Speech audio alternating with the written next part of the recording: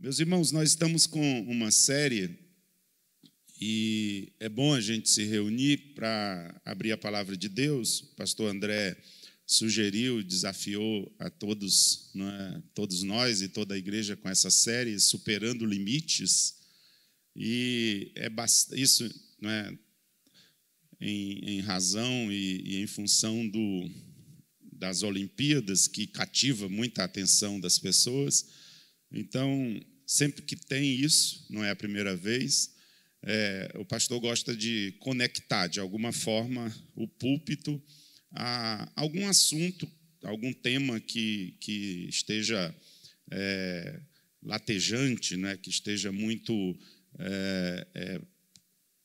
badalado, exposto na mídia, e tentar fazer uma ponte entre essas coisas, expondo as Escrituras, claro, aproveitando alguma coisa, confrontando outras, mas fazer esse link. E no nosso caso a gente até já terminou, mas é muito interessante a gente pensar nisso. Há bastante ensinamentos. Paulo, por exemplo, quem conhece, e nós somos o povo da Bíblia, Paulo ele faz muito isso, ele menciona muito os Jogos Olímpicos. Quando Paulo escreve aos Coríntios, por exemplo, vejam que nós não temos uma carta de Paulo à igreja da Grécia, não é? No sentido geral, até porque o mundo de Paulo já era um mundo dominado pelos romanos. Mas todos sabem disso, não é? Culturalmente, o mundo dos dias de Paulo era ainda regido pela Grécia.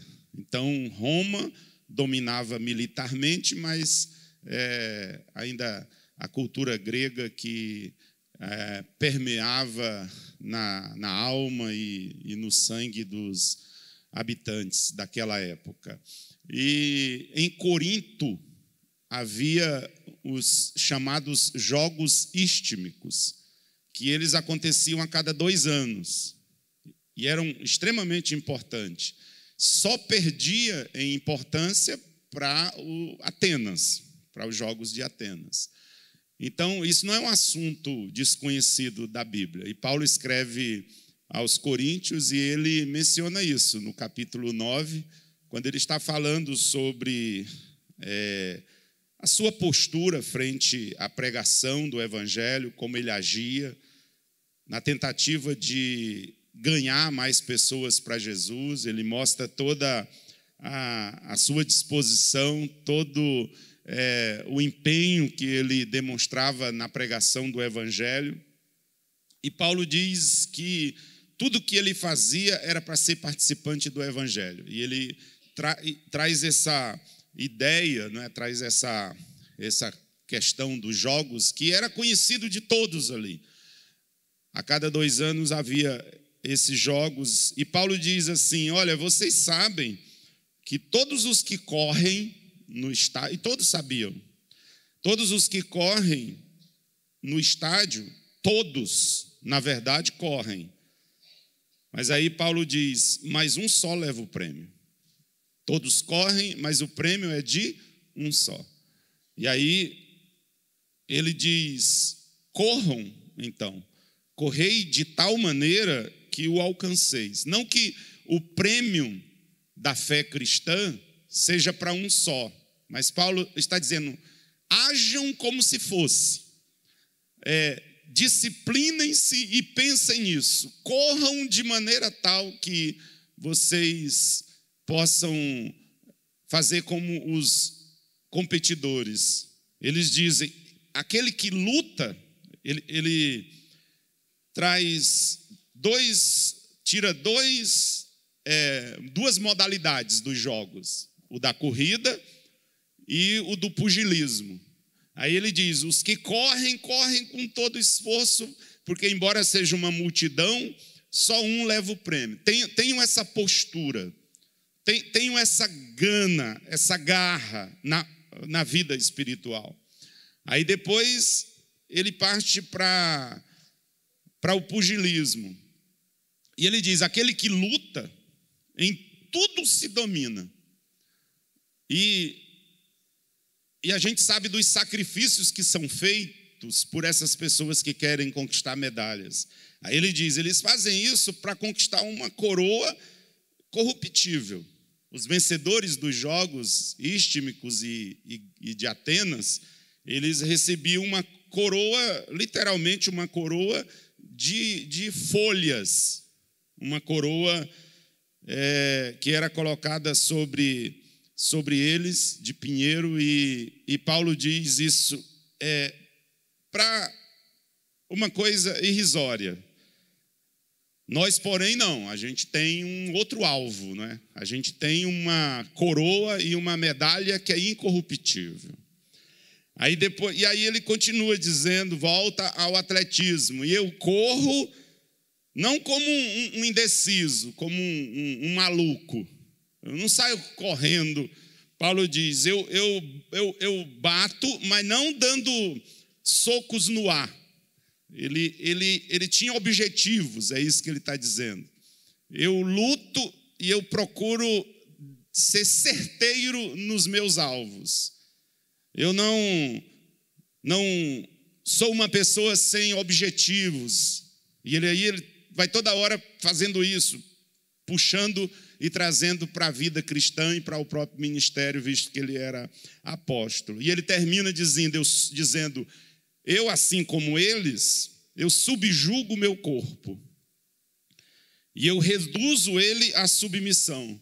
Paulo tinha essa preocupação, para que eu, pregando aos demais, não venha eu mesmo, de alguma forma, a ser reprovado.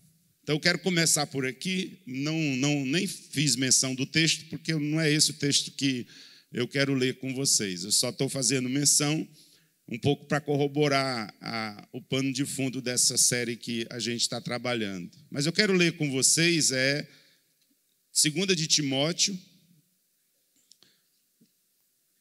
capítulo de número 1. 2 Timóteo, capítulo de número 1, e a partir do versículo de número 14. Paulo diz aí a partir do versículo 14, guarda o bom depósito, mediante o Espírito Santo que habita em nós. Verso 15. Bem sabeis isto, Paulo está escrevendo a Timóteo, lembre-se. Bem sabeis isto, que todos os que estão na Ásia me abandonaram. Entre eles, Figelo, depende da versão, e Hermógenes.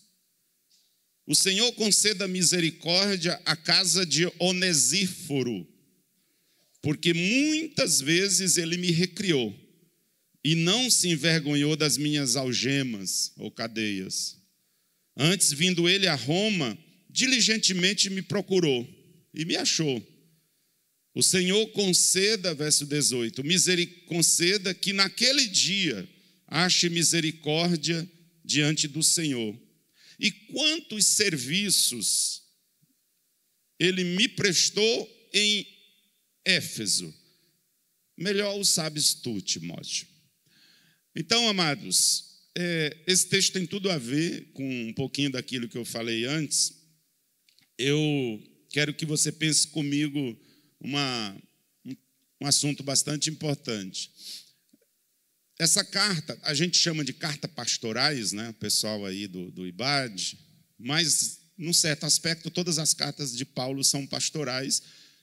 Aqui a gente chama, né, teologicamente de carta pastorais, porque a gente tem cartas que foi endereçada a Timóteo, a Tito também, então tem essa nomenclatura.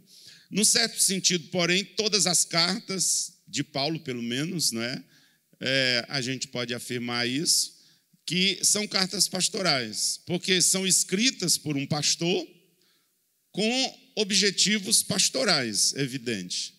Mas ele escreve para o seu filho na fé, e a pessoa que mais Paulo fez investimentos na sua vida ministerial. Lembrando que Timóteo já era um crente de terceira geração. Paulo faz menção da sua mãe na primeira carta e também da sua avó. E havia um carinho todo especial. Essa é a carta mais melancólica de Paulo, porque aqui ele chega no final da sua carreira. Ele devia ter aí seus 64, 65 anos, e ele sabe que chegou no final.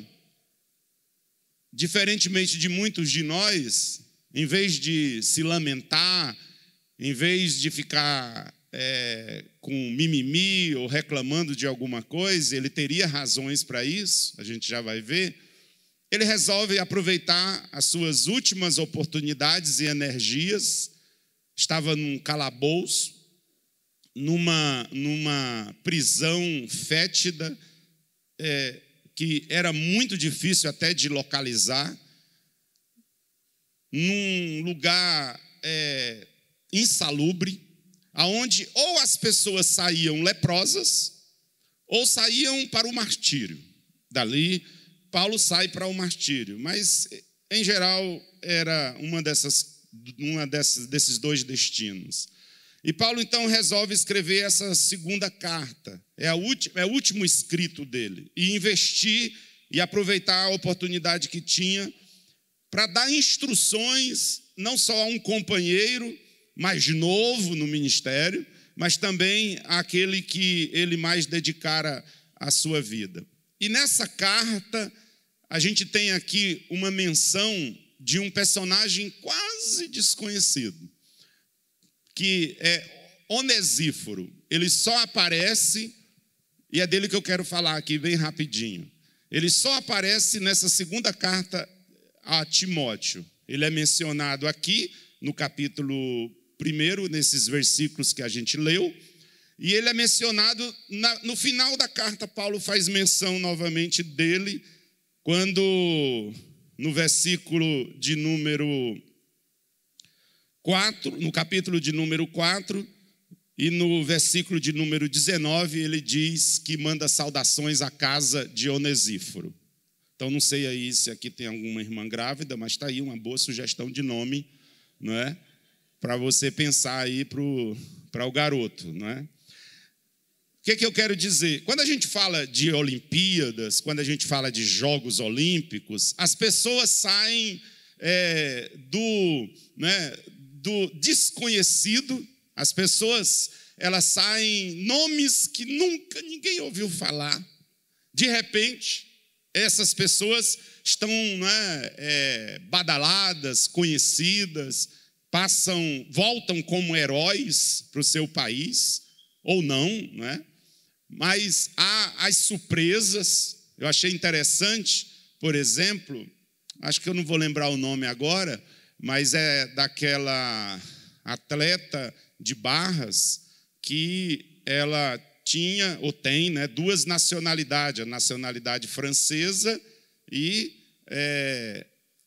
argelina também, se eu não estou enganado, do pai dela, dos avós dela, e por alguns problemas que houve lá na delegação da França, ela não pôde competir, ela não foi considerada apta, passou por uma contusão, um problema sério, e foi reprovada, foi colocada de lado pela delegação francesa, e poderia ter ido para casa só chorar e reclamar, mas por ela ter uma dupla nacionalidade, ela decidiu, então, competir pelo país africano, tendo ela duas nacionalidades. E qual não foi a surpresa?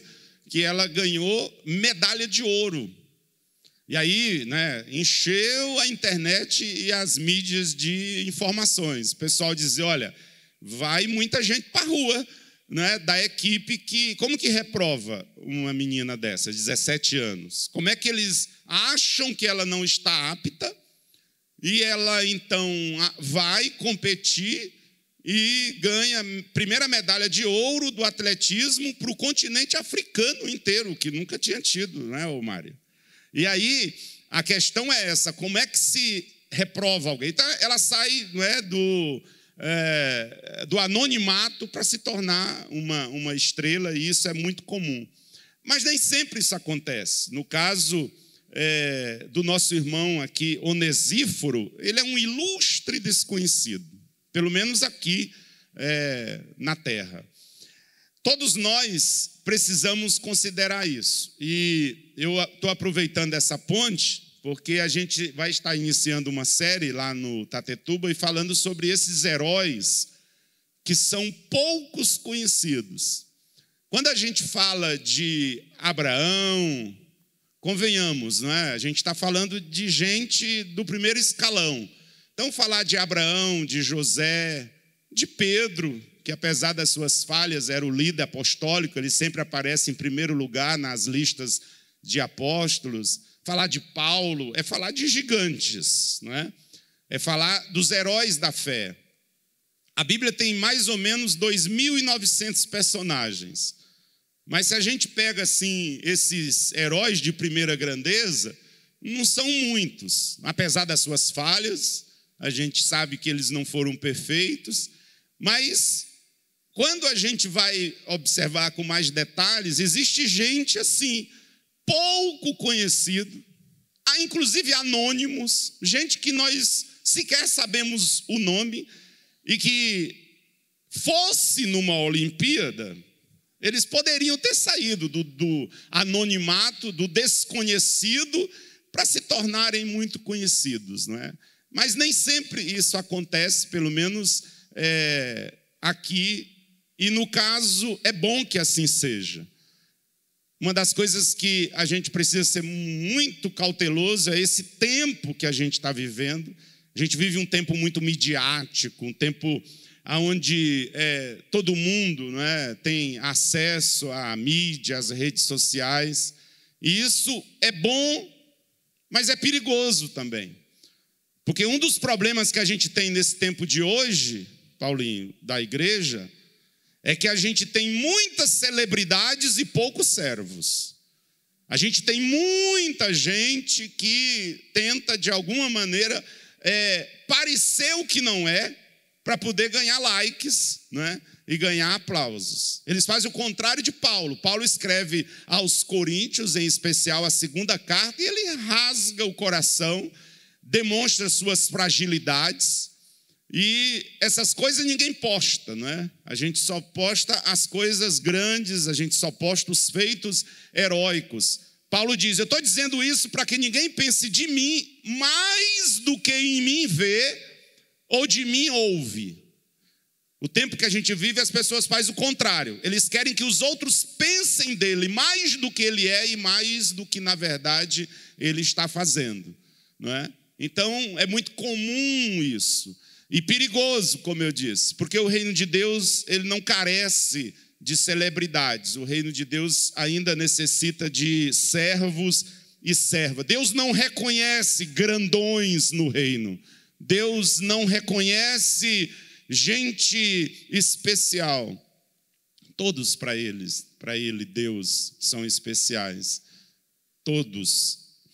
E a Bíblia não doura a pílula no sentido de esconder as falhas, e é por isso mesmo, dos seus personagens, né? Dependendo da ótica que se olha, há gente que critica, dizendo, né? Porque não é normal, se o objetivo das Escrituras fossem puramente humanos, ela não revelaria as fraquezas e as falhas, como ela deixa isso tão nítido, não é? Dos seus heróis. É interessante, os 4 evangelhos falam da negação de Pedro. A gente tentaria mudar isso, né? Não fala isso. Vai pegar mal para o Pedrão, não é? Pedro é o líder apostólico, então deixa isso de lado, esconde, põe debaixo do tapete. A Bíblia, todavia, ela é clara, é a palavra de Deus e mostra de modo... Até porque, irmãos, as Escrituras, guarde isso, ela não é um compêndio de exemplos perfeitos para nós seguirmos. As Escrituras, ela tem o propósito de falar de um Deus misericordioso, paciente, cheio de graça, que trabalha o tempo todo, incansavelmente, com o objetivo de nos levar para perto dele, com o objetivo de nos aproximar dele, apesar da nossa teimosia em andar de modo diferente e contrário aos seus propósitos. Então a Bíblia é sobre Deus. Não sobre um ou dois heróis. Se é para a gente achar mesmo um herói aqui, o herói é Cristo. Ele é o herói.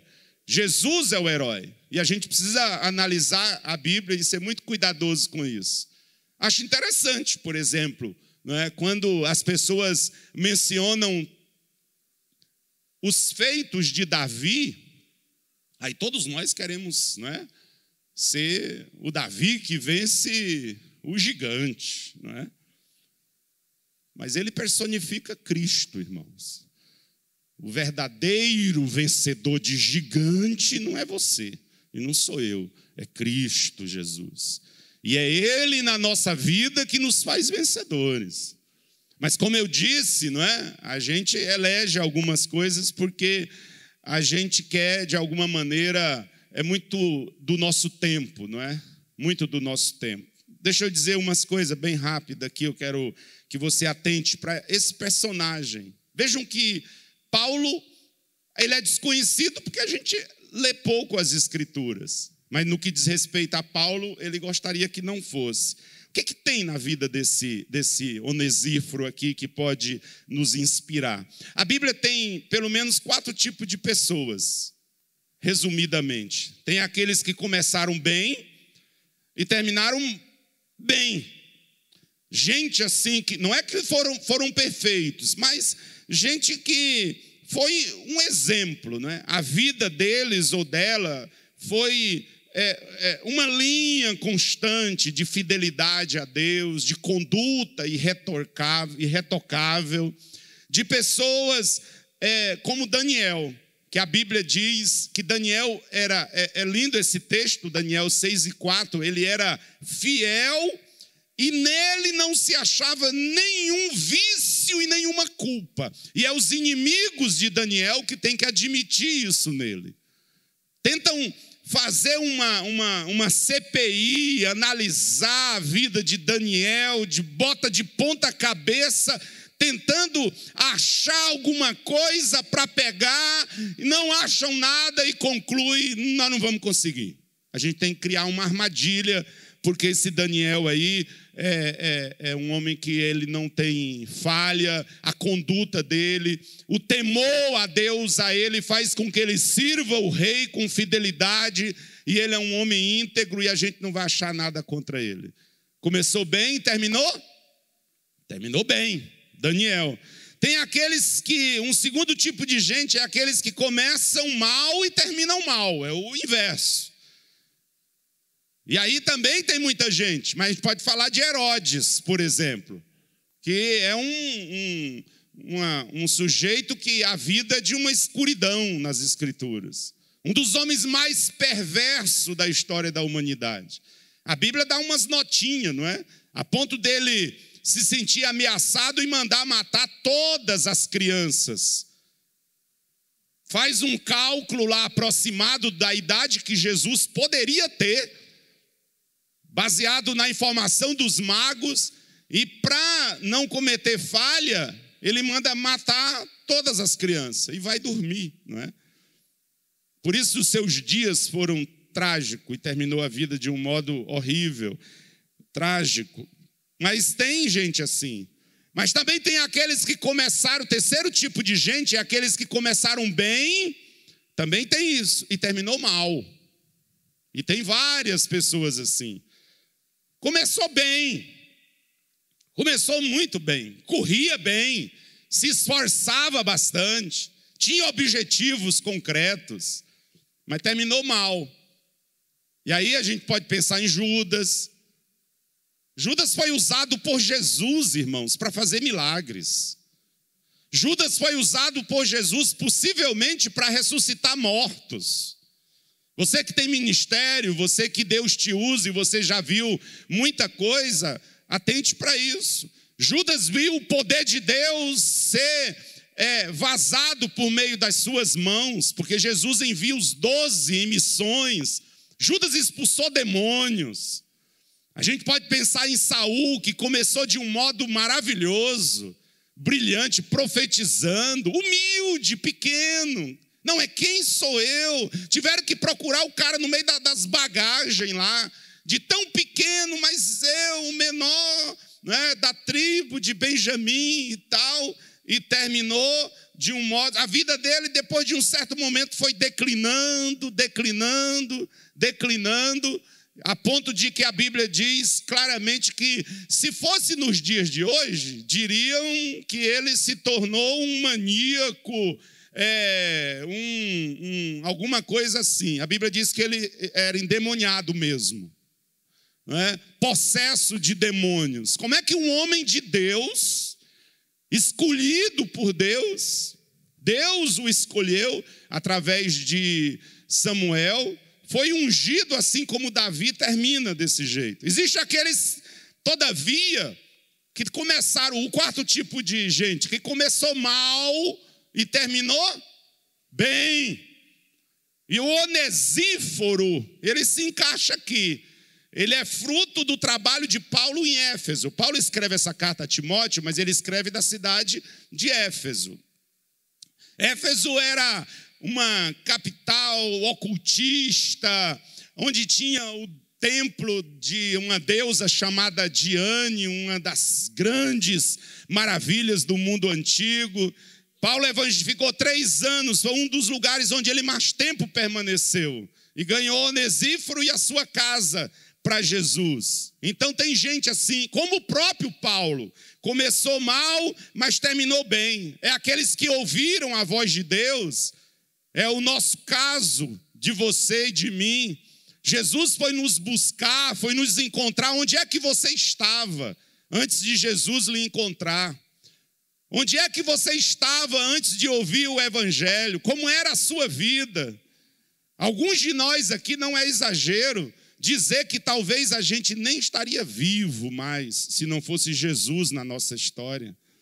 A gente, todavia, ouvimos o Evangelho, o Espírito Santo tocou em nosso coração e a gente se arrependeu. E Evangelho é isso, irmãos, é um convite constante a qualquer instante, em todo instante, para que a gente saia do caminho largo e venha para o caminho estreito, para que a gente abandone os ídolos e venha para Jesus.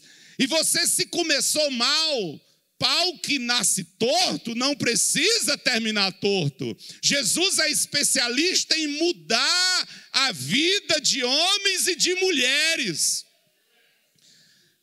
Alguns de nós sabemos muito bem como era a nossa vida. Tem gente que nasceu como dizemos, num berço cristão, teve uma boa educação, foi muito bem protegido pelos pais, mas tem gente como eu e como muitos outros aqui, que a nossa vida, Jesus, uma vez a gente estava numa vigília, eu lembro Deus usar um pastor daquela vigília que estava dirigindo a vigília, e aí ele disse assim: irmãos, depois desse louvor, e ele apontou para uma pessoa assim, depois desse louvor nós vamos ouvir essa irmã, porque Jesus está me dizendo que tirou a senhora de dentro do inferno. E eu quero ouvir o testemunho da irmã. E ela foi lá depois dar o testemunho dela e ela disse: é verdade, eu estava dentro do inferno, mas Jesus entrou dentro do inferno. E Jesus me alcançou e me trouxe para ser dele. É gente que começou mal, mas terminou bem. Então as escrituras têm gente assim. Anote aí se você tem o hábito ou não. Pode ser que lhe faça. Esse Onesíforo era esse tipo de gente aqui, bem desconhecido. Não fosse Paulo, a gente não teria nada sobre ele. O nome Onesíforo significa portador de préstimos. Aquele que traz proveito, ou aquele que traz lucro. Não no sentido material, mas é aquele cuja vida é um canal e pode abençoar outras pessoas. Onesíforo, ele era membro da igreja de Éfeso. E Paulo faz menção da vida dele no versículo de número 18. Coloca aqui de novo no Data Show, Nato, o verso de número 18. Paulo está escrevendo para Timóteo, lembrando de novo. E aí ele diz aí no final, olha só: e tu sabes melhor do que eu quantos serviços o Onesíforo me prestou em Éfeso. Paulo está falando do passado. Ele agora está preso numa prisão em Roma, e ele vai morrer. E ele lembra da trajetória e diz daquilo que ele tinha feito. Então percebam que ele se torna conhecido pelo seu exemplo de companheirismo, de serviço e dedicação ao ministério de Paulo. É o exemplo de alguém firme, é o exemplo de alguém leal, corajoso. Por quê? Porque quando a nossa vida, Paulinho, está ascendendo, quando a gente está prosperando, seja em que aspecto for, não é difícil a gente ter amigos e a gente ter pessoas. Quando a pessoa diz, olha, ele tem 200 mil seguidores no Instagram, 300 mil, 1 milhão, todas as pessoas querem por perto, querem pegar uma carona, mas eu quero ver quando vier o tempo do infortúnio, das provações, das dificuldades, apesar que os apóstolos modernos não as enfrentam, não é verdade? Os apóstolos modernos estão sempre na crista da onda, mas Paulo estava preso, e ele então faz menção, e Timóteo te lembra do Onesíforo, como ele era benevolente, comprometido com a causa do evangelho, e como ele me ajudou durante o meu ministério de 3 anos em Éfeso. Você é assim? Será que nós somos assim? As pessoas podem contar contigo, irmão? As pessoas, os líderes da igreja podem contar com você? Ou nós somos daquele tipo lá, não é, que a criança se aproximou, é bem conhecida, não é, antiga, mas cabe bem aqui, da criança que ficou olhando para o pastor, olhando, criança não sabe esconder as coisas, né? E olhando bem, e dava uma volta, olhava por trás, Mário, e dava uma volta assim, e o pastor falou, menino, o que tu está fazendo? E ele diz assim, eu estou tentando ver aonde é que está a sua outra cara, porque lá em casa a mamãe disse que você tem 2 caras, e eu estou querendo descobrir onde é que está a outra. Onesíforo não, Paulo lembra do serviço que ele prestou lá atrás, mas ele era pastor da igreja de Éfeso, até que não era tão difícil, porque o evangelho lá chegar. Quais são as credenciais desse Onesíforo? 1, 2, 3, deixa eu deixar 4, rapidinho para você anotar. Gente como Onesíforo são companheiros que continuam conosco quando os outros nos abandonam. Gente como Onesíforo, eles continuam ao nosso lado quando os outros desistem, Paulinho. Olha o verso 15 aí da sua Bíblia, 1 e 15. Põe aqui, por favor, 1 e 15. Estás ciente, Timóteo, que quantos da Ásia? Quantos? Estás ciente, Timóteo, que todos os da Ásia me abandonaram. E ele cita o nome de 2. Cita o nome de 2 que no mínimo eram conhecidos, porque Paulo menciona o nome. Ele está preso, amigos. Ele não vai mais se safar. O que lhe espera é a espada do cadafalso. É dali para o martírio. E ele então se sente abandonado. No capítulo 4... ele vai mencionar Demas. Ele diz, Demas me abandonou, amou o presente século, no verso de número 10.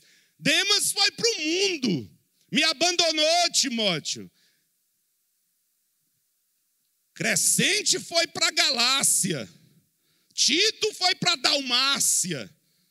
No capítulo de número 4, no verso 16, o apóstolo diz, na minha primeira defesa, ninguém me assistiu. Todos me deixaram.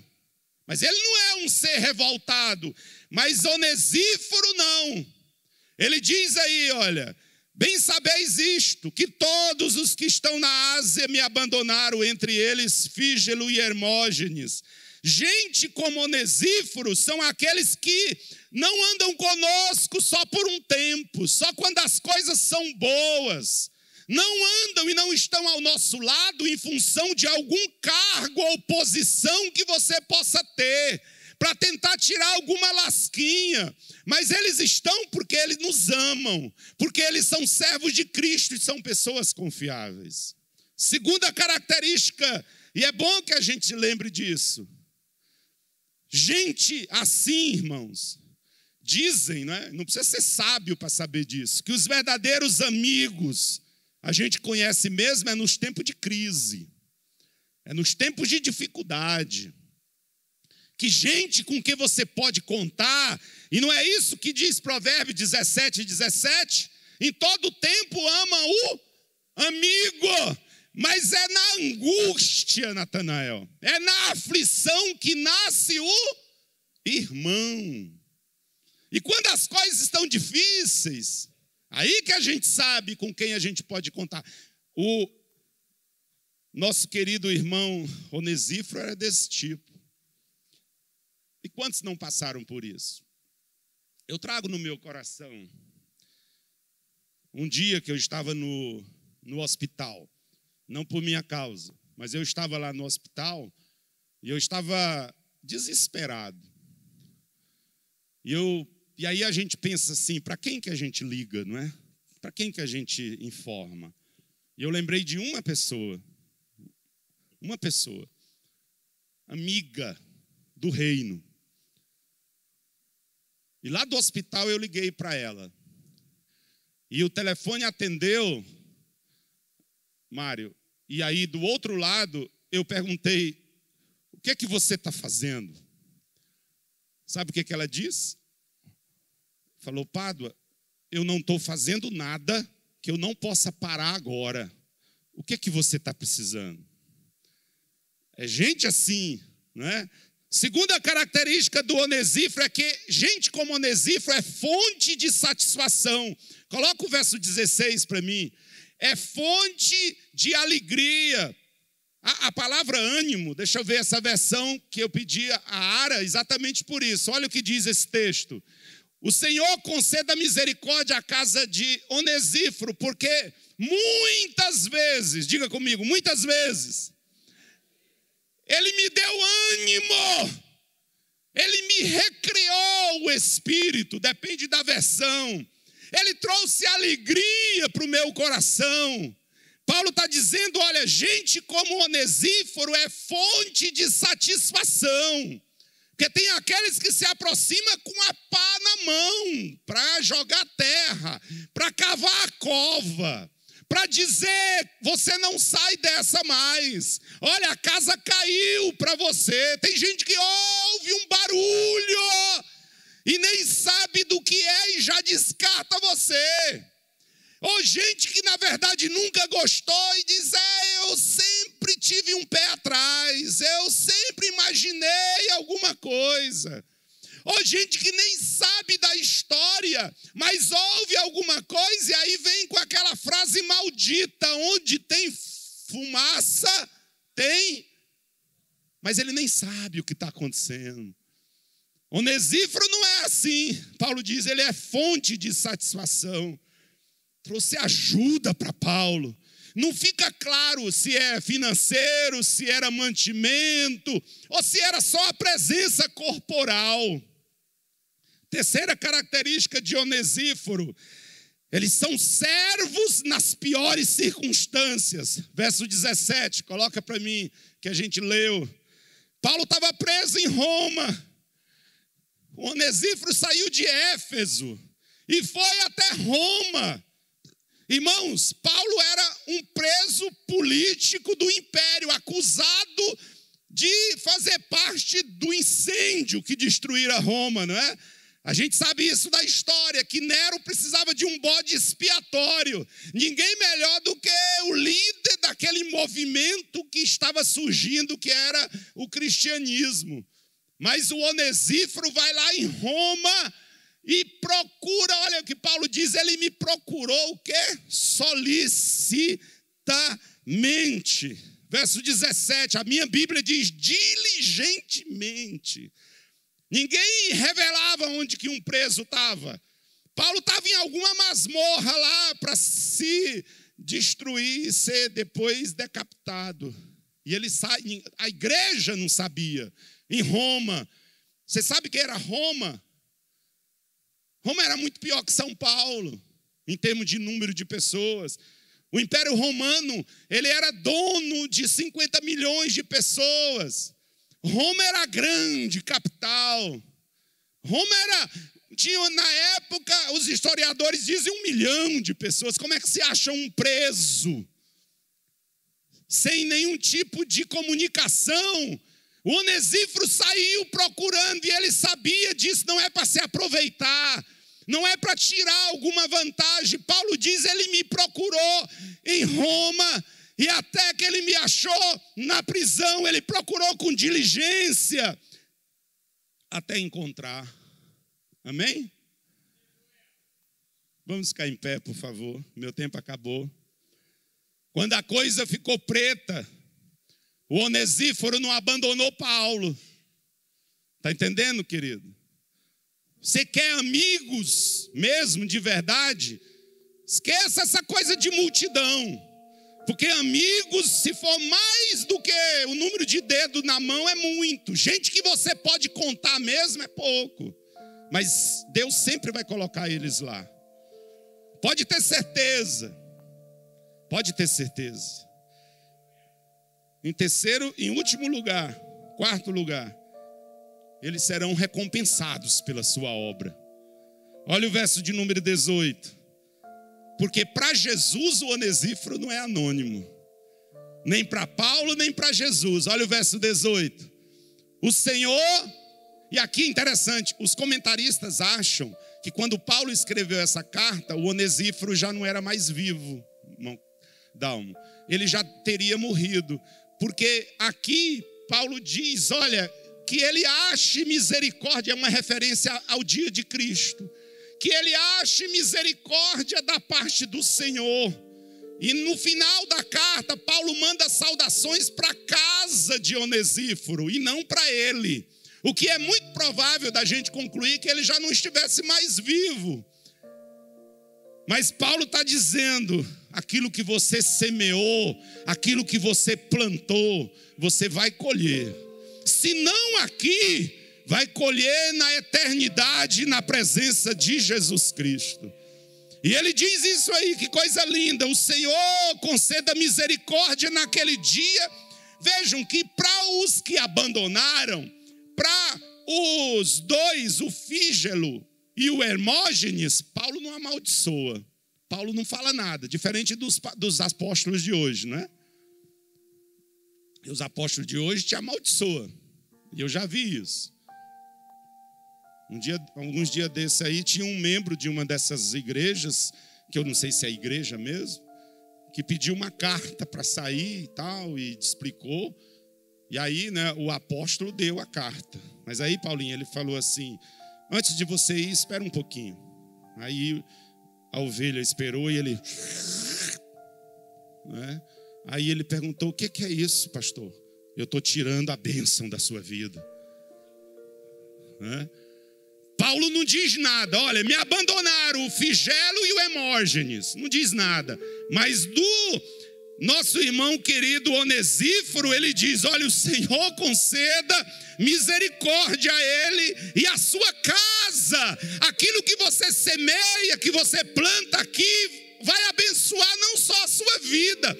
E depois que tu for embora, crente, a tua casa e os teus serão abençoados por causa de ti.